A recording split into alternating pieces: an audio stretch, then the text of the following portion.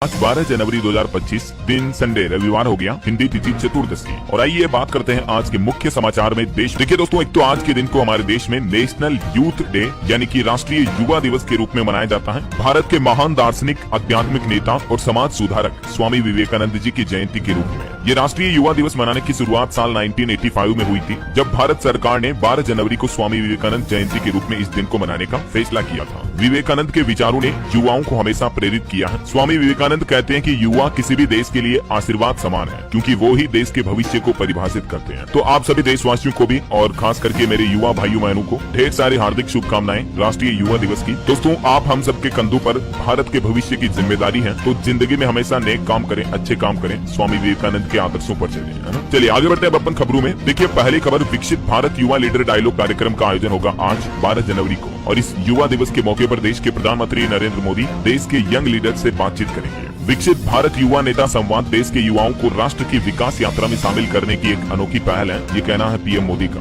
और आज प्रधानमंत्री युवाओं से जानेंगे विकसित भारत का रोड मैप। विभिन्न क्षेत्रों के दिग्गज युवाओं को मार्गदर्शन भी करेंगे। आज रविवार को युवाओं से साल 2047 के विकसित भारत के रोड मैप को जानेंगे पीएम मोदी। और भी देश भर के अलग अलग राज्यों में आज युवा दिवस के मौके पर कई कार्यक्रम होंगे। मध्य प्रदेश के लिए भी ये युवा दिवस ऐतिहासिक होगा। मुख्यमंत्री डॉक्टर मोहन यादव करेंगे स्वामी विवेकानंद युवा शक्ति मिशन का शुभारंभ, और एक नया Guinness book of world record बनाया जाएगा आज एमपी में। विश्व की सबसे बड़ी 3D रंगोली भी बनाई गई है। चलिए आगे बढ़ते हैं अपन खबरों में। देखिए, आप कल 13 जनवरी को पीएम मोदी जम्मू कश्मीर जाएंगे, यहाँ सोनमर्ग टनल का उद्घाटन करेंगे। कल सोमवार को जम्मू कश्मीर का दौरा करेंगे, और ये जो नई सोनमर्ग टनल की सौगात देंगे पीएम मोदी, ये टनल जम्मू कश्मीर के लिए बहुत ही फायदेमंद टनल होगी। दोस्तों, 12 किलोमीटर लंबी ये परियोजना 2700 करोड़ रुपए से ज्यादा की लागत से तैयार हुई है, और ये श्रीनगर और लद्दाख के बीच कनेक्टिविटी को बढ़ाएगी। इससे जम्मू में पर्यटन को बढ़ावा मिलेगा और क्षेत्रीय आर्थिक विकास भी बढ़ेगा, है ना। चलिए अगला अपडेट देखिए। देश के करोड़ों किसान भाई लोगों के लिए दो बड़ी खबर आ रही है। पहली तो ये कि बजट को लेकर कृषि मंत्री ने अपनी कुछ मांगे रखी है, और दूसरा एमएसपी पर किसान संगठनों ने भी क्या कहा, देखिए जरा। एक तो कृषि और ग्रामीण विकास मंत्री शिवराज सिंह चौहान ने वित्त मंत्री निर्मला सीतारमण से कृषि क्षेत्र को बढ़ावा देने तथा किसानों की आय बढ़ाने के लिए अपने मंत्रालय के बजट प्रस्तावों पर बातचीत की। और एमएसपी के मुद्दे पर जो किसानों में नाराजगी देखी जा रही है, इस मुद्दे को भी कृषि मंत्री ने देश की वित्त मंत्री के सामने रखा। तो उम्मीद है दोस्तों, बजट में किसान भाई लोगों के लिए सरकार कुछ अच्छे फैसले ले सकती है। एक रिपोर्ट तो ये आ रही कि किसानों को बजट में बड़ी राहत देने की तैयारी में है सरकार। क्रेडिट कार्ड पर अब 5 लाख रुपए तक का ऋण मिल पाएगा किसान भाई लोगों को। इसके अलावा भी बजट 2025 में आम आदमी के लिए मुफ्त आय का दायरा बढ़कर 10 लाख रुपए तक किया जा सकता है। मध्यम वर्ग को राहत दे सकती है सरकार टैक्स वगैरह में। 1947 से लेकर साल 2024 तक के बजट में इनकम टैक्स यानी आयकर का सफर अब तक कुछ यूं रहा। जब हमारा देश आजाद हुआ तब 1500 रुपए तक की आमदनी टैक्स फ्री थी। उसके बाद ये लिमिट को बढ़ाई गई। अभी आपको पता होगा 5 लाख रुपए तक इनकम टैक्स फ्री है हमारे देश में, है ना। चलिए, पेंशन को लेकर अगली बड़ी खबर आ रही है। ईपीएस के तहत न्यूनतम पेंशन को भी 7,500 रुपए करने की मांग की गई। पेंशन धारकों ने वित्त मंत्री निर्मला सीतारमण से मुलाकात की, और इस दौरान उन्होंने अपनी ये मांग भी सामने रखी। तो उम्मीद है कि सरकार बजट में इस पेंशन को लेकर भी कुछ अच्छा फैसला ले सकती है। चलिए अगली खबर देखिए। भारत के लिए एक बड़े गर्व की बात है, भारत बिग डेटा की आधिकारिक सांख्यिकी के लिए बनी संयुक्त राष्ट्र समिति में शामिल हुआ। देख सकते हैं आप इसके बारे में डिटेल भी। और एक बड़ी दुख भरी खबर आ रही कि जनवरी के पहले 9 दिनों में ही देश के 4 बैंकर्स ने खुद की जान ली थी। बैंकिंग एक्सपर्ट का ये कहना कि अब सरकार को तुरंत जागना चाहिए, क्योंकि बैंकिंग कर्मचारियों पर काम का दबाव इतना ज्यादा होता है कि वो अपने कार्यस्थल के वातावरण से असंतुष्ट हो जाते हैं। और ये कुछ केस सामने देखने को मिले जब बैंकर्स जीवन में इतने फ्रस्ट्रेट हो जाते हैं। उम्मीद है सरकार अब बैंक कर्मचारियों को लेकर भी कुछ अच्छा फैसला लेगी। वहीं देखिए अगली खबर दोस्तों, नीरज चोपड़ा चुने गए साल 2024 के सर्वश्रेष्ठ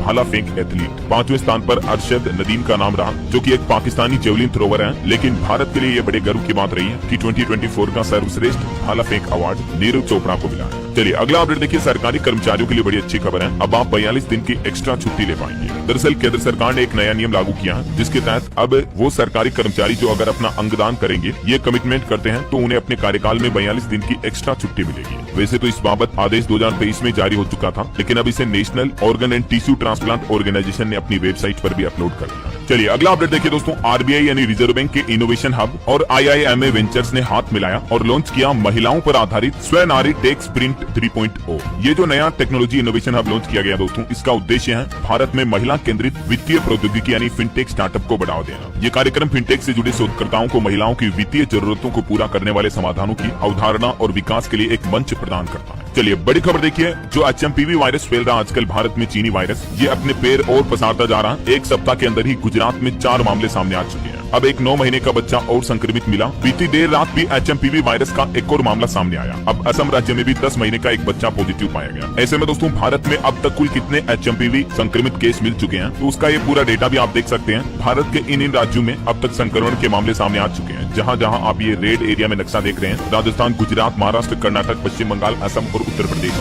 कुल मिलाकर भारत में HMPV के 16 केस हो चुके हैं टोटल, जिनमें गुजरात में सबसे ज्यादा 4 हैं और महाराष्ट्र में 3 मामले सामने आ चुके हैं। ये 16 ही केसों की लिस्ट आप देख सकते हैं, किन किन राज्यों में कुल कितने केस हैं। और HMPV वायरस को लेकर बिहार की नीतीश सरकार भी अलर्ट हुई। मॉक ड्रिल से बरकी जाएगी ऑक्सीजन सिलेंडर की व्यवस्था भी अस्पतालों में। तो अभी ये माहौल चल रहा है HMPV को लेकर। आगे जो भी अपडेट आता मैं आपको बताता रहूंगा। फिलहाल देखिए आप अगली खबर। दिल्ली हाईकोर्ट ने एक बड़ा फैसला सुनाया, कहा कि माँ को भी शांति से जीने का हक है। और हाईकोर्ट ने बेटे बहू को बुजुर्ग महिला के घर से ही बर्खास्त कर दिया। दरअसल जो बेटा बहू अपने माँ बाप की सेवा नहीं करते हैं, बुजुर्ग दादा दादी की, या रोजाना उनके साथ लड़ाई झगड़ा करते हैं, तो ऐसे सभी लोगों के लिए ये चेतावनी भरी खबर है। दिल्ली हाईकोर्ट ने फैसला सुनाते हुए कहा कि ऐसे केस में बेटा बहू को चाहे तो बुजुर्ग माँ बाप घर से बेदखल कर सकते हैं, घर से बाहर निकाल सकते हैं, उन्हें लात की लगा के। क्योंकि ऐसे बेटा बहू किस काम के जो बुजुर्ग माँ बाप की भी सेवा नहीं कर रहे हो। और मैं तो कहता हूँ दोस्तों, ऐसे बेटा बहू को घर में रखना भी नहीं चाहिए जो आए दिन माँ बाप को परेशान करते हो, है ना। चलिए अगली खबर देखिए। मध्य प्रदेश में कर्जा मोहन यादव का बुलडोजर महाकाल मंदिर के पास तोड़े गए 257 घर। बड़ी पुलिस फोर्स भी तैनात की गई है। ये कुछ तस्वीरें आप देख सकते हैं। मध्य प्रदेश के उज्जैन में पहले ही दिन 50 मकान और धर्मस्थल तोड़े गए। टोटल 250 से ज्यादा घर तोड़े जा रहे हैं। 2 हेक्टेयर जमीन खाली की जाएगी। भारी पुलिस फोर्स तैनात है। हालांकि यहाँ रहने वाले परिवारों को मुआवजा भी दिया जाएगा। और यूपी के संभल में भी कुछ ऐसा ही मामला देखने को मिला। SDM ने चलवाया बुलडोजर, जामा मस्जिद के पास में बनी दुकानें तोड़ी गई, 3 बीघा भूमि को कब्जा मुक्त कराया। ये तो मतलब अवैध भूमि पर कब्जा करके बनाई गई थी दुकानें। चलिए अगली बड़ी अच्छी खबर देखिए। भारतीय सेना इंडियन आर्मी के लिए, भारतीय सेना को मिला हिम कवच। DRDO ने लॉन्च की नई यूनिफॉर्म, जो कि जवानों को -60 डिग्री तापमान में भी ठंड नहीं लगने देगी। ये जवानों के लिए बहुत ही अच्छा इनोवेशन है वाकई में। DRDO यानी रक्षा अनुसंधान और विकास संगठन द्वारा ऐसे जवान जो कि जम्मू लद्दाख बॉर्डर पर या ठंडे बर्फीले इलाकों में तैनात रहते हैं ना, तो उनके लिए ये नई यूनिफॉर्म लॉन्च की है, जिसको नाम दिया है हिम कवच। यूनिफॉर्म ने सभी टेस्टिंग पास कर लिए हैं और ये हिम कवच 20 डिग्री तापमान से लेकर -60 डिग्री तक के तापमान पर काम करने के लिए डिजाइन किया गया है। वहीं एक बड़ी चौंकाने वाली खबर आ रही दोस्तों। इस बार आने वाली 26 जनवरी गणतंत्र दिवस पर जम्मू कश्मीर को दहलाने की साजिश नाकाम की जाएगी। सुरक्षा बलों ने जब्त किए हथियार POK से लाए गए थे। कई सारे आतंकियों को पकड़ा गया, जो कि गणतंत्र दिवस पर जम्मू कश्मीर में आतंकी हमले करवाने की साजिश कर रहे हैं। जम्मू के बारामूला में भी सेना पर हमला करने वाले आतंकियों के 3 साथी गिरफ्तार हुए और इनके पास AK-47 समेत हथियारों का जखीरा भी बरामद हुआ। चलिए बड़ी खबर आ रही। बिहार में BPSC की पुनर्परीक्षा की मांग को लेकर आज रविवार को बिहार बंद का ऐलान किया है। छात्रों और दुकानदारों का पूरा समर्थन मिलेगा। पप्पू यादव की तरफ से बड़ी घोषणा की गई है। पूर्णिया के सांसद राजेश रंजन उर्फ पप्पू यादव ने BPSC की ये 70वीं PT परीक्षा को रद्द करने की मांग को लेकर आज 12 जनवरी को बिहार बंद का आह्वान किया है। इधर छात्र संगठनों का भी कहना कि छात्रों की मांगे पूरी नहीं होने तक आंदोलन जारी रहेगा। जाप कार्यकर्ताओं ने भी मसाल जुलूस निकाला। और वहीं खबर आ रही, ट्रेवल एजेंसी का मालिक पंकज बजाज भी गिरफ्तार हुआ। दिल्ली पुलिस ने इस पर इनाम रखा था। लोगों के साथ गंदा खेल खेला करता था और लाखों रुपए के लोगों के साथ ठगी की, तो अभी से अरेस्ट कर लिया गया है। वहीं खबर है, गुजरात अहमदाबाद में शुरू हुआ अंतर्राष्ट्रीय पतंग उत्सव। दुनिया भर के पतंगबाज यहाँ हिस्सा लेंगे। मकर संक्रांति तक चलेगा ये पतंग उत्सव। चलिए अगली बड़ी अच्छी खबर देखिए। रिलायंस जियो के ग्राहकों के लिए जियो ने 2025 में एक और धमाका ऑफर निकाला। करोड़ों यूजर्स को 2 साल तक बिल्कुल फ्री मिलेगी ये सुविधा। दरअसल जियो की तरफ से कुछ नए ऑफर प्लान पेश किए गए। अब इन यूजर्स को YouTube प्रीमियम का सब्सक्रिप्शन प्लान भी बिल्कुल फ्री मिलेगा 24 महीने तक। जो यूजर रिलायंस जियो फाइबर या जियो एयर फाइबर पोस्टपेड का इस्तेमाल करते हैं, तो उन्हें ये 24 महीने का free YouTube premium subscription plan offer किया जा रहा है। 2 साल तक बिल्कुल फ्री मिलेगा। नए साल 2025 में जियो यूजर्स के लिए इन प्लान के साथ में ये ऑफर निकाला गया। ये अलग अलग रिचार्ज प्लान है। और इसके अलावा जियो ने सिर्फ 49 रुपए का भी एक और प्लान निकाला, जिसमें आपको अनलिमिटेड डेटा की फैसिलिटी मिलेगी। जी हाँ, अगर आपका एक ही दिन के लिए बहुत ज्यादा इंटरनेट यूजेस होता है, तो आप ये रिचार्ज प्लान करवा सकते हैं। बाकी जनरली आपको बताऊंगा 15-20 रुपए में 1 GB डेटा मिलता है, अगर हम टॉप अप करवाते हैं डेटा पैक का। लेकिन दोस्तों अब जो जियो ने ये नया 49 रुपए वाला प्लान पेश किया है, इसमें 1 दिन तक के लिए आपको लगभग 25 GB डेटा मिलेगा हाई स्पीड, और उसके बाद भी अनलिमिटेड डेटा मिल पाएगा। और BSNL कंपनी ने भी दोस्तों 84 दिन का एक स्पेशल प्लान लॉन्च किया है, जिसमें ग्राहकों को फ्री कॉलिंग और डेटा वाले 2 सस्ते प्लान भी निकाले हैं। एक 628 वाला और एक 215 रुपए वाला प्लान है। इनमें आपको और क्या क्या बेनिफिट मिलेंगे, जिनकी डिटेल भी आप देख सकते हैं स्क्रीन पर। चलिए अगला अपडेट आ रहा है दोस्तों। केक की तरफ से एक रिपोर्ट जारी की गई, जिसमें बताया गया कि नई शराब नीति से दिल्ली सरकार के खजाने को 2026 करोड़ रुपए का नुकसान हुआ। CAG द्वारा ये नई रिपोर्ट जारी की गई दिल्ली शराब नीति पर, जिसमें बताया गया कि केजरीवाल सरकार ने फैसलों पर LG की मंजूरी नहीं ली। शराब ठेकों के लाइसेंस में भी गड़बड़ी की गई। नेताओं को भी घूस खिलाई गई। दिल्ली विधानसभा चुनाव से 25 दिन पहले CAG की तरफ से ये चौंकाने वाली रिपोर्ट जारी की गई। और CAG द्वारा लगाए गए इन आरोपों पर केजरीवाल ने भी अपना जवाब देते हुए कहा कि शराब घोटाले में दिल्ली को 2000 करोड़ का नुकसान हुआ और आम आदमी पार्टी नेताओं को मिली रिश्वत। बीजेपी के आरोप पर आम आदमी पार्टी ने पलटवार भी किया। इधर गृह मंत्री अमित शाह ने भी कहा कि केजरीवाल ने अन्ना जैसे संत का इस्तेमाल किया, सत्ता में आकर भ्रष्टाचार के सारे रिकॉर्ड तोड़े, 5 फरवरी आपदा से मुक्ति का दिन है। तो ये दोस्तों दिल्ली विधानसभा चुनाव के साथ ही राजनीतिक बयानबाजी भी शुरू हो चुकी है। इधर बीजेपी ने भी शीश महल पर एक और गीत और पोस्टर जारी कर केजरीवाल पर निशाना भी साधा। और दिल्ली चुनाव का एक और अपडेट देखिए, संजय सिंह बोले कि प्रवेश वर्मा ने अपना एड्रेस देकर फर्जी वोटर आईडी की एप्लीकेशन दी, ऐसे फ्रॉड से जीतते हैं मोदी। तो वहीं इधर संजय राउत भी बोले कि महाराष्ट्र में भी निकाय चुनाव हम अकेले लड़ेंगे, कांग्रेस और शरद पवार से कोई गठबंधन नहीं रहेगा। इधर दिल्ली चुनाव को लेकर बीजेपी ने अपनी दूसरी लिस्ट में टोटल 29 नाम जारी किए, 5 महिलाओं को टिकट दिया, जिनमें 2 SC की महिलाएं हैं। कपिल मिश्रा को करावल नगर से टिकट मिला। दिल्ली चुनाव को लेकर भाजपा की तरफ से ये दूसरी सूची जारी की गई और इस सूची में मुख्य नाम कौन कौन है देख सकते हैं। तो ये कुछ पॉलिटिकल अपडेट चल रहे हैं। और चलिए अगली खबर देखिए, किसान आंदोलन पर अपडेट आ रहा। आमरण अनशन कर रहे किसान नेता डलेवाल की हालत काफी गंभीर हुई, अब उनकी मेडिकल रिपोर्ट्स भी सामने आ चुकी हैं। इसी बीच अब तेलंगाना राज्य में भी एक किसान भूख हड़ताल पर जा चुके हैं। हरियाणा से जत्था आज खनौरी बॉर्डर पर पहुंचेगा। चलिए महाकुंभ से जुड़े कुछ अपडेट देखिए दोस्तों। महाकुंभ के लिए NHAI ने टोल टैक्स फ्री किया, प्रदेश के सभी जिलों से बसें चलेगी। अन्य तो अब मतलब महाकुंभ आने जाने वाले श्रद्धालुओं को किसी तरह का कोई टोल टैक्स नहीं देना पड़ेगा। NHAI यानी national highway authority of India की तरफ से इस रूट पर 28 फरवरी तक टोल टैक्स को बिल्कुल फ्री कर दिया है। और वहीं एक खबर है दोस्तों, आपको बताऊंगा अभी कुछ ही दिन पहले एक 13 साल की लड़की ने महाकुंभ में साध्वी बनने का फैसला किया था। तो उस मामले पर अब काफी बड़ा विवाद पैदा हो गया। ये वो लड़की की तस्वीरें हैं, लड़की ने दीक्षा भी ले ली थी और साध्वी का ड्रेस वगैरह भी धारण कर लिया था। लेकिन अब 13 साल के बच्चे को साध्वी बनाने वाले महंत कौशल गिरी चूना अखाड़े से निष्कासित कर दिए गए। और ये जो उत्तर प्रदेश आगरा की लड़की थी, कन्या थी, इसको भी वापस अपने घर भेज दिया गया। पहले तो ये लड़की क्या कि अपने माँ बाप परिजनों के साथ महाकुंभ में घूमने आई थी, ठीक है, लेकिन यहाँ आकर ये जिद करने लगी कि मैं साध्वी बनूंगी, संत बनूंगी ऐसा। तो महाकुंभ में जूना अखाड़े को लड़की को दान कर दिया था। परिजन बोले कि बेटी की इच्छा है तो उसको जो बनना वो बने। लेकिन अब महाकुंभ जूना अखाड़े का ये कहना है कि बच्ची कोई निर्जीव वस्तु नहीं है जो उसे दान कर दिया जाए। अभी बच्ची की उम्र मात्र 13 साल है, तो ये बच्ची संन्यास नहीं ले सकती, इसलिए संन्यास लेने के मात्र 6 दिन बाद ही इसका संन्यास वापस ले लिया गया। एक चाइल्ड एक्टिविस्ट ने भी इसकी शिकायत की थी बच्ची की। उसके बाद अब ये बच्ची वापस साध्वी नहीं रही है, अब सामान्य लड़की बन चुकी है और इसे वापस अपने घर भेज दिया गया। और जिस महंत ने इस बच्ची को साध्वी बनाया था स्नान वगैरह करवा के, तो महंत को भी 7 साल के लिए अखाड़े से निष्कासित कर दिया, क्योंकि आरोप है कि नाबालिग को गलत ढंग से शीशे बनाया गया। ये कुछ मामला चल रहा है।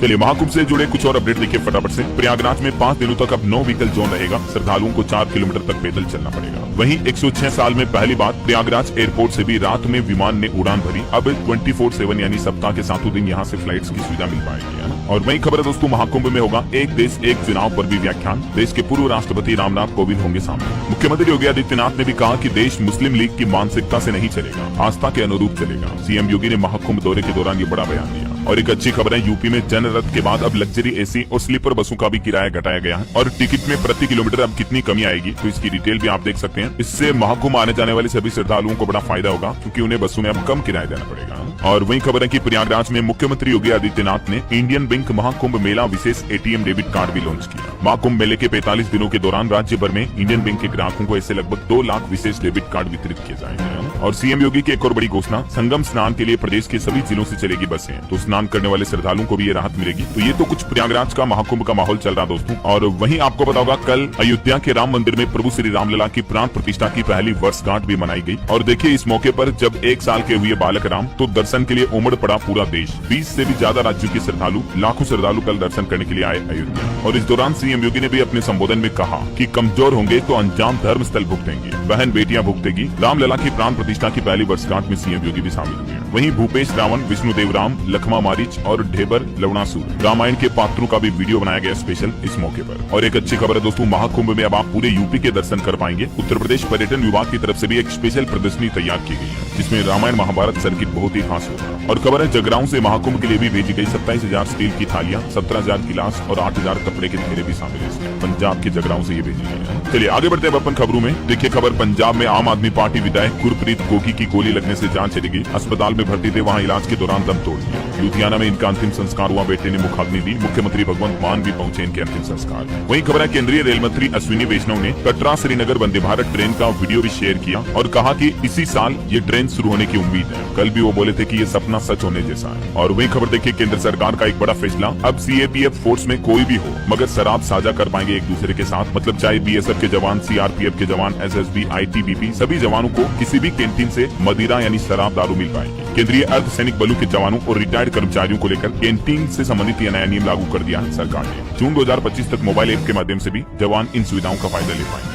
और वहीं खबर है दोस्तों, RBI का ये कहना है कि पर्सनल लोन की हर श्रेणी में फिक्स्ड ब्याज दर देना जरूरी है। वित्तीय संस्थानों को नोटिस जारी करते हुए सवाल जवाब भी मांगा आरबीआई ने, क्योंकि आजकल कई बैंक क्या है कि पर्सनल लोन जो देते हैं अलग अलग कैटेगरी में अलग अलग ब्याज दरें रखते हैं। तो इसको लेकर आरबीआई ने जवाब मांगा है बैंकों और एनबीएफसी से। बहरहाल अभी तो कुछ और महत्वपूर्ण और काम की खबरें देखेंगे दोस्तों अपन, लेकिन फिलहाल वक्त तो चला है आज के ताजा मौसम समाचार जानने का। और हाँ, तो देखिए घने कोहरे की वजह से दिल्ली और उत्तर प्रदेश में 133 ट्रेनें लेट हुई। कश्मीर में तापमान -10 डिग्री तक पहुंच चुका है। मध्य प्रदेश में भी 2.5 डिग्री तक पहुंचा पारा। राजस्थान के 15 जिलों में बारिश की चेतावनी है। देखिए कुछ अलग अलग राज्यों के मानसून अपडेट। राजस्थान में मौसम विभाग का कहना है कि फिर से करवट लेगा मौसम। 15 जिलों में बारिश और ओलावृष्टि की भी चेतावनी जारी की है। इन जिलों में बारिश कल भी देखने को मिली और अगले 2 दिन तक फिर से बारिश हो सकती है। जयपुर समेत राजस्थान के 17 जिलों में बरसात हुई, ओले गिरे और बारिश के बीच कुछ घरों में बिजली भी गिरी। वहीं इधर मध्य प्रदेश में देखिए नर्मदापुरम समेत 7 जिलों में आज ओले गिरने का अलर्ट है। मध्य प्रदेश के 34 जिलों में होगी बारिश। 13 जनवरी से फिर से सर्दी का दौर शुरू होगा। उत्तर प्रदेश में भी आगरा गाजियाबाद में बारिश हुई, ओले भी गिर सकते हैं। 36 जिलों में बारिश का अभी भी अलर्ट है। भदोही में 5 गाड़ियां भी टकराई। वहीं दोस्तों इधर हरियाणा के भी 7 जिलों में आज बारिश की संभावना है। बरसात की वजह से 8 डिग्री तक गिरा तापमान। वहीं हिमाचल प्रदेश के ऊंचे इलाकों में ताजा हिमपात हुआ। उसके बाद अटल टनल में भी वाहनों की आवाजाही को फिर से रोका गया।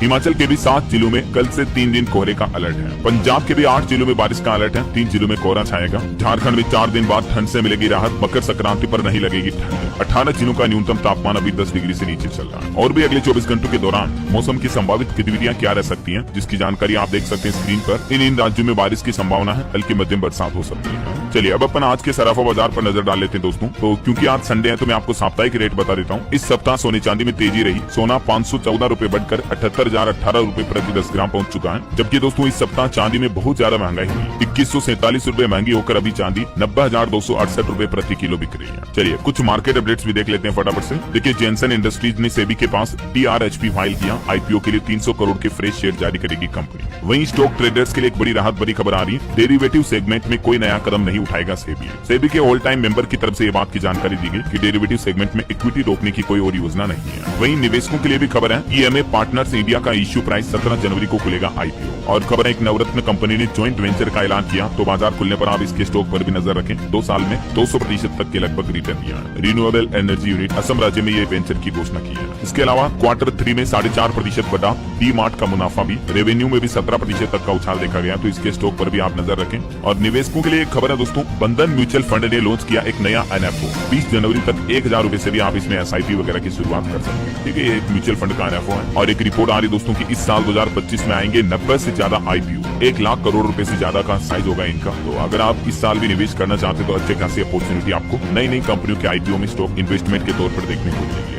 ओके, और चलिए मार्केट के बाद अब अपन आगे बढ़ते हैं खबरों में। तो देखिए एक बड़ी अच्छी खबर, अब सैनिटरी पैड से लेकर साबुन नमक तक आपको राशन डीलर के पास 40 तरह के जरूरी सामान मिल पाएंगे। चाहे झाड़ू पोछा हो या नमकीन बिस्किट, अब लगभग सभी घरेलू सामानों को आप सरकारी राशन डीलर की दुकानों से भी खरीद पाएंगे। उत्तर प्रदेश के हापुड़ से ये नई सुविधा शुरू होने जा रही है। धीरे धीरे पूरे राज्य और पूरे देश में सरकार का प्लान है इन नई सुविधाओं को लागू किया जाएगा। चलिए अगली खबर है, आपदा जोखिम को कम करने के लिए हिमाचल प्रदेश सरकार और फ्रांस गवर्नमेंट के बीच एक MOU साइन हुआ है। 886 करोड़ की परियोजना का हस्ताक्षर हुआ है, जिससे कि हिमाचल में आपदाओं से होने वाले जोखिम को कम किया जाएगा। और वहीं हिमाचल सरकार का एक और बड़ा फैसला देखिए आप, सड़कों पर अब रेहड़ी लगाने वालों की मुश्किलें बढ़ने वाली हैं, क्योंकि चुनिंदा जगहों पर ही अब वो अपनी दुकानें या रेहड़ी वगैरह लोरी वगैरह लगा पाएंगे। हिमाचल सुक्खू सरकार की तरफ से ये बड़ा फैसला लिया गया। वहीं खबर है दोस्तों, रोहिंग्याओं पर रोक लगाने के लिए हरियाणा सरकार बनाएगी कानून। मुख्यमंत्री नायब सिंह सैनी सरकार ने सख्त निर्देश जारी किए। खबर है छत्तीसगढ़ में भी 2 महिला समेत 9 नक्सलियों ने सरेंडर किया, जिनके सर पर 43 लाख रुपए का इनाम था। और एक खबर देखिए, अब हरियाणा के स्कूलों में छात्रों को पढ़ाई जाएगी भगवत गीता। 8वीं क्लास के सिलेबस में भी शामिल होंगे भगवत गीता के श्लोक। मीडिया रिपोर्ट्स आ रही कि हरियाणा के शिक्षा क्षेत्र में ये बड़ा बदलाव होने जा रहा है और शिक्षकों को भी इससे जुड़ा कौशल दिया जाएगा। चलिए अगली खबर देखिए, उत्तर प्रदेश की योगी सरकार बनवा रही है 12 अंकों का विशेष कार्ड। हालांकि इसे बनाने के लिए आधार कार्ड जरूरी होगा।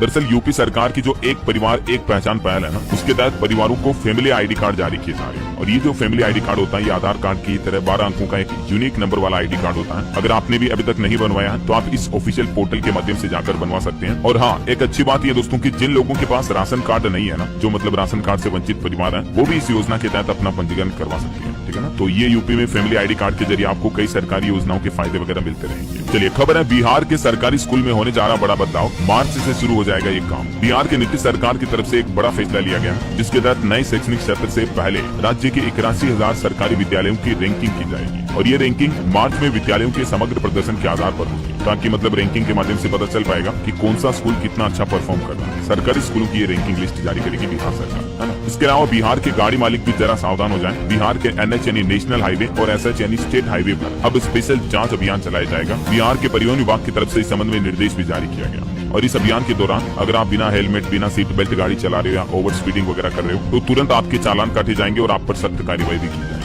तो सावधान रहिएगा जरा आप, क्योंकि बिहार परिवहन विभाग अभी 31 जनवरी तक सड़क सुरक्षा माह मना रहा है। और वहीं बिहार से एक और अपडेट है दोस्तों, अब जेल से बाहर निकलने वाले क्रिमिनल की खेर नहीं। बिहार DGP की तरफ से एक नया आदेश जारी किया गया जिसके जरिए अपराधी कांप उठेंगे। बिहार के DGP विनय कुमार की तरफ से सभी पुलिस अधिकारियों को कुछ महत्वपूर्ण निर्देश जारी किए हैं। उन्होंने कहा कि कांडों की जांच में तेजी लाई जाए, जो बड़े कांड करते हैं ऐसे अपराधियों पर प्राथमिकता से कार्रवाई की जाए। इसके अलावा DGP ने गश्ती व्यवस्था को मजबूत करने और जेल से छूटे अपराधियों पर नजर रखने का भी निर्देश दिया। अब दोबारा अगर वो कोई आपराधिक गतिविधि करते हैं तो सख्त कार्रवाई की जाएगी और सख्त सजा दी जाएगी। चलिए अगली खबर देखिए। राजस्थान शिक्षा विभाग की एक नई पहल, स्कूलों में खुलेंगे हेल्थ क्लब, जहां बच्चों को फास्ट फूड के दुष्प्रभाव के बारे में जागरूक किया जाएगा। आजकल की जनरेशन जो मतलब पिज्जा, चाउमीन, मंचूरियन इस तरह के फास्ट फूड बहुत ज्यादा खाती है ना, जंक फूड वगैरह, तो इनके साइड इफेक्ट, दुष्प्रभाव के बारे में राजस्थान के स्कूलों में बच्चों को अवगत कराया जाएगा ना। ये बहुत ही अच्छी पहल है वाकई में शिक्षा विभाग की। चलिए अगला अपडेट देखिए। एक रिपोर्ट सामने आ रही है, हमारे देश में पंजीकृत स्टार्टअप की संख्या पिछले 9 सालों में 400 से बढ़कर 1.5 लाख से भी ऊपर पहुंच चुकी है और स्टार्टअप की फंडिंग में भी 14 गुना बढ़ोतरी हुई, 115 अरब डॉलर तक पहुंच चुका है। और ये कहीं न कहीं देखा जाए दोस्तों तो स्टार्टअप के मामले में भारत के लिए वाकई में बड़ी अच्छी बात है। दुनिया भर के दूसरे देशों के मुकाबले भारत ने स्टार्टअप के मामले में काफी अच्छी तरक्की की है। यूनिकॉर्न की संख्या भी कई गुना बढ़ी है ना। चलिए अगला अपडेट देखिए। हरियाणा राज्य में तस्करों से पकड़ी गई 294 किलो हीरोइन और चरस को नष्ट किया जाएगा। गृह मंत्री अमित शाह की मीटिंग में बोले मुख्यमंत्री नायब सिंह सैनी। प्लान है 2047 से पहले भारत को ड्रग फ्री करेंगे। इधर पंजाब के मुख्यमंत्री भगवंत मान ने भी क्रॉस बॉर्डर तस्करी और नशे का मुद्दा उठाया। गृह मंत्री अमित शाह से वीडियो कॉन्फ्रेंसिंग के जरिए बैठक की। हिमाचल प्रदेश में भी एक रिपोर्ट आने की ड्रग्स केस 3.5 गुना तक बढ़े। अमित शाह की राष्ट्रीय सुरक्षा बैठक में शामिल हुए CM सुक्खू भी नशा तस्करी पर रणनीति भी बनाई। चलिए खेल समाचार पर खबर है दोस्तों। मोहम्मद शमी की 1 साल बाद टीम इंडिया में वापसी होने जा रही है। बुमराह, सिराज को इंग्लैंड T20 सीरीज में आराम दिया जाएगा। अक्षर पटेल उप कप्तान रहेंगे, पंत को भी बाहर किया जाएगा। चलिए अगली खबर देखिए। संध्या थिएटर भगदड़ मामले में पुष्पा 2 फिल्म के सुपरस्टार अल्लू अर्जुन को बड़ी राहत मिली है। अब उन्हें विदेश यात्रा जाने की अनुमति भी मिल चुकी है कोर्ट से।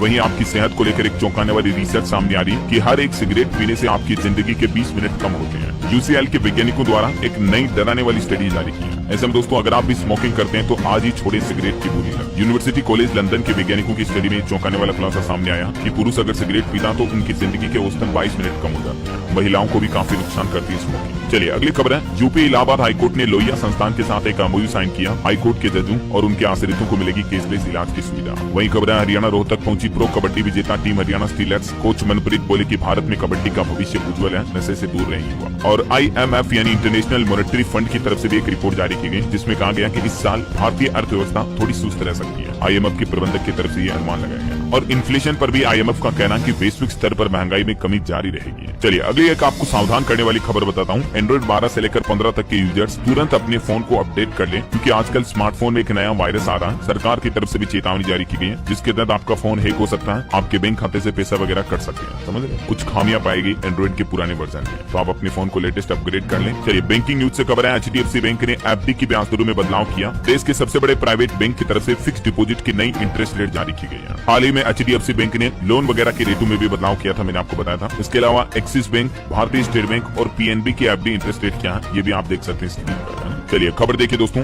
16,000 सालों बाद एक गजब का संयोग बन रहा। सुबह सुबह पृथ्वी पर आपको 2 सूरज दिखेंगे। 13 जनवरी को ये खगोलीय घटना देखने को मिलेगी और 1,60,000 साल में एक बार ऐसी घटना होगी। आप और हम बड़े खुशकिस्मत हैं कि इस घटना के साक्षी बनने जा रहे हैं। हालांकि ये जो 2 सूरज दिखेंगे ये रोशनी सूरज की नहीं होगी, बल्कि एक धूमकेतु है G380 LAS इसकी होगी। नासा और दूसरे देशों के अंतरिक्ष वैज्ञानिक दावा कर रहे हैं कि ये धूमकेतु पृथ्वी पर अब तक नजर आए धूमकेतुओं में सबसे ज्यादा चमकदार हो सकता है। तो 13 जनवरी की सुबह सूरज निकलने से करीब 35 मिनट पहले इसे देखा जा सकेगा। और भी इस खगोलीय घटना के बारे में देख सकते हैं आप ज्यादा जानकारी स्क्रीन पर। चलिए अगली खबर देखिए। अरुणाचल प्रदेश के मुख्यमंत्री ने ब्रह्मपुत्र नदी राफ्टिंग अभियान को दिखाई हरी झंडी। साहसिक पर्यटन को मिलेगा बढ़ावा। और वहीं खबर है केंद्रीय मंत्री किरण रिजिजू 5 दिवसीय सऊदी दौरे पर निकले। 2025 के हज करार पर भी करेंगे हस्ताक्षर। और खबर है पहली बार बदले हुए नियमों के तहत होगी नई CEC की नियुक्ति, सुप्रीम कोर्ट नए कानूनों पर करेगा विचार। और देखिए लोकसभा अध्यक्ष ओम बिरला का कहना है कि अगले वर्ष भारत में आयोजित होने वाले 28वें CSPOC का मुख्य जोर AI यानी आर्टिफिशियल इंटेलिजेंस और सोशल मीडिया के अनुप्रयोग पर होगा। खबर है जम्मू कश्मीर में भी जल्द ही एक क्षेत्रीय मौसम विज्ञान केंद्र की स्थापना होगी। केंद्रीय मंत्री जितेंद्र सिंह की तरफ से बड़ी घोषणा की गई। वही देखिए HDFC के पूर्व चेयरमैन दीपक पारेख ने भी साल 2025 के लिए भारत के अनुमानित विकास दर 6.4% रहने की उम्मीद जताई है। और खबर है BMCRI दक्षिण भारत की पहली संक्रामक रोग अनुसंधान प्रयोगशाला भी स्थापित करेगा बेंगलुरु में। वही एक रिपोर्ट आने की भारत के रियल एस्टेट सेक्टर में $11.4 बिलियन का निवेश हुआ 2024 के अंतर्गत। रियल एस्टेट में अच्छा खासा इन्वेस्टमेंट देखा गया है। और खबर देखिए दोस्तों, हिमाचल प्रदेश के मुख्यमंत्री सुक्खू ने हडेटा में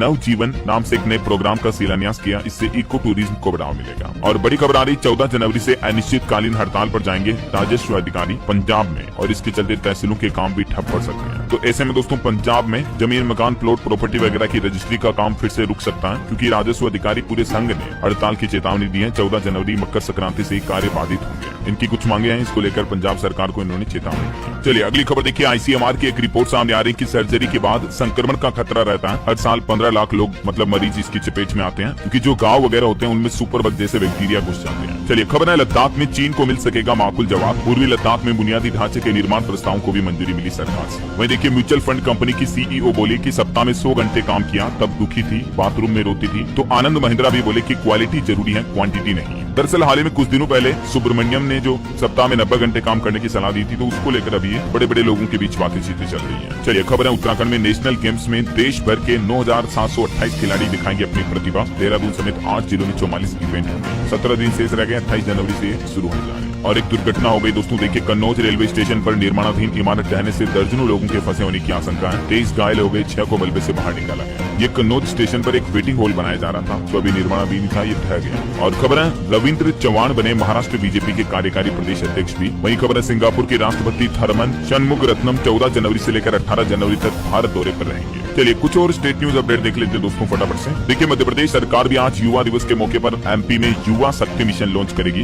1.5 करोड़ युवा देंगे प्रदेश के विकास को नई दिशा, CM बोले। और आज MP के बहनों के खातों में भी राशि ट्रांसफर की जाएगी। वही खबर है मध्य प्रदेश में बिजली उपभोक्ताओं के लिए जरूरी हुई E-KYC। सीहोर में 23,000 लोगों ने कराया पंजीकरण। उपाय मोबाइल ऐप के माध्यम से आप भी E-KYC कर सकते हैं। और MP में सरकारी कर्मचारियों ने 2 बड़ी मांगे की है। एक तो 8वां वेतनमान लागू करने की, और दूसरी पुरानी पेंशन योजना को वापस शुरू करने की। अब 25 जनवरी को मुख्यमंत्री के नाम ज्ञापन भी सौंपेंगे। वही खबर है MP में ग्लोबल इन्वेस्टर समिट से पहले आएगी नई पॉलिसी। अब MSME में प्रोत्साहन सब्सिडी को 700 से बढ़ाकर 1100 करोड़ रुपए किया गया। और बड़ी खबर देखिए GST के प्रावधानों पर भी सेमिनार हुई। बड़े होटल में खाना अब महंगा होगा, अब 18% GST लगेगा। छोटे रेस्टोरेंट में 5% लगेगा। 1 अप्रैल 2025 से ही GST वगैरह में ये बदलाव देखने को मिलेगा। आपको रेस्टोरेंट में खाना खाना वगैरह महंगा पड़ेगा। चलिए खबर है छत्तीसगढ़ के 33 जिला पंचायतों के आरक्षण की प्रक्रिया पूरी हुई। 16 ST और 4 SC के लिए रिजर्व रखी गई। OBC को कोई सीट नहीं मिली। वहीं छत्तीसगढ़ रायपुर वगैरह में भी 12 से 14 जनवरी तक युवा महोत्सव मनाया जाएगा। और छत्तीसगढ़ निकाय चुनाव से पहले 10 जिलों में नई सुविधा भी शुरू हुई है। पंचायतों को दिए गए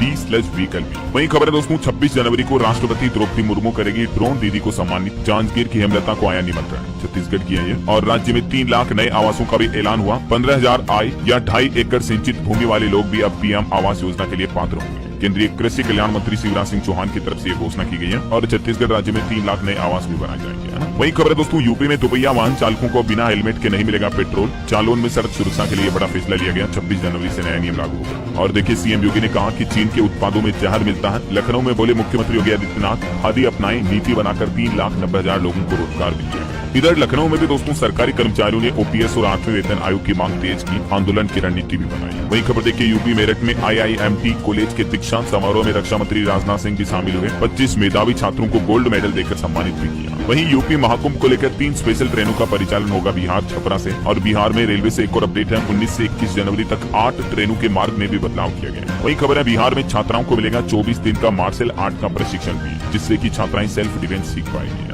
चलिए अगला अपडेट देखिए हरियाणा सरकार के कुछ बड़े फैसले। हरियाणा राज्य में अब कॉलेजों में मिलेगी IAS और HCS की कोचिंग भी। मुख्यमंत्री नायब सिंह सैनी बोले कि स्कूलों में टीचरों की कमी को पूरा करेंगे और 8वीं तक गीता भी पढ़ाई जाएगी। वैसे हरियाणा सरकार ने अग्निवीर नीति भी लागू कर दी है। अब सरकारी नौकरी में 5 साल तक की छूट मिलेगी। CET नहीं देना होगा। अगले साल 4,000 अग्निवीर रिटायर होंगे तो उनके लिए पक्की नौकरी की गारंटी की घोषणा भी की है हरियाणा सरकार ने। ये अग्निवीर नीति के कुछ और मुख्य पॉइंट्स आप देख सकते हैं स्क्रीन पर। रिटायरमेंट के बाद भी हरियाणा में अग्निवीरों को ये फायदा मिलेगा। वहीं हरियाणा के मुख्यमंत्री नायब सैनी ने कहा कि रोहिंग्या और बांग्लादेशियों के कागज देखो, इनको हरियाणा से बाहर निकालेंगे। विदेश भेजने के नाम पर ठगने वालों के खिलाफ भी कानून बनाया जाएगा। और खबर है हरियाणा की 75 युवा खिलाड़ी भी दिखाएंगे अपना जौहर। दिल्ली में राष्ट्रीय युवा महोत्सव होगा आज, इस मौके पर इन्हें सम्मानित किया जाएगा। और खबर है हरियाणा की टीम ने तमिलनाडु में जीता gold medal national handball championship में। पलवल की बेटी ने दिखाया दमखम। चलिए खबर आ रही हिमाचल प्रदेश के पेरा वर्कर्स करेंगे विधानसभा का घेराव। बोले वेतन मिलने में हो रही है लेट, 5,000 में लिया जा रहा 10 घंटे का। वहीं उत्तराखंड में देखिए राष्ट्रीय सुरक्षा की बैठक में वर्चुअल जुड़े मुख्यमंत्री पुष्कर सिंह धामी। राज्य में नशे के खिलाफ अभियान की जानकारी भी दी और बोले कि 2025 तक ड्रग्स फ्री होगा प्रदेश। यूपी गौतम बुद्ध नगर जिले में भी ये नई सुविधा मतलब नया नियम लागू किया जा रहा। बिना हेलमेट के आपको पेट्रोल डीजल नहीं मिलेगा।